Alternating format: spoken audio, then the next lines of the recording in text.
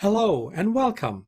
In this video, we'll talk about how to use Python for machine learning. So let's get started.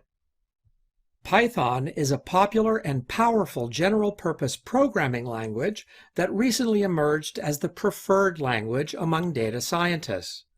You can write your machine learning algorithms using Python, and it works very well.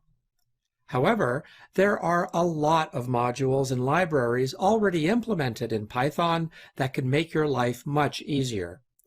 We try to introduce the Python packages in this course and use it in the labs to give you better hands-on experience. The first package is NumPy, which is a math library to work with n-dimensional arrays in Python. It enables you to do computation efficiently and effectively. It is better than regular Python because of its amazing capabilities. For example, for working with arrays, dictionaries, functions, data types, and working with images, you need to know NumPy. SciPy is a collection of numerical algorithms and domain-specific toolboxes, including signal processing, optimization, statistics, and much more. SciPy is a good library for scientific and high-performance computation. Matplotlib is a very popular plotting package that provides 2D plotting as well as 3D plotting. Basic knowledge about these three packages, which are built on top of Python, is a good asset for data scientists who want to work with real-world problems. If you're not familiar with these packages, I recommend that you take the Data Analysis with Python course first. This course covers most of the useful topics in these packages. Pandas library is a very high-level Python library that provides high-performance, easy-to-use data structures. It has many functions for data importing, manipulation, and analysis. In particular, it offers data structures and operations for manipulating numerical tables and time series. Scikit-learn is a collection of algorithms and tools for machine learning, which is our focus here, and which you'll learn to use within this course. As we'll be using Scikit-learn quite a bit in the labs, let me explain more about it and show you why it is so popular among data scientists. Scikit-learn is a free machine learning library for the Python programming language. It has most of the classification, regression, and clustering algorithms, and it's designed to work with the Python numerical and scientific libraries, NumPy and SciPy. Also, it includes very good documentation. On top of that, implementing machine learning models with Scikit-learn is really easy with a few lines of Python code.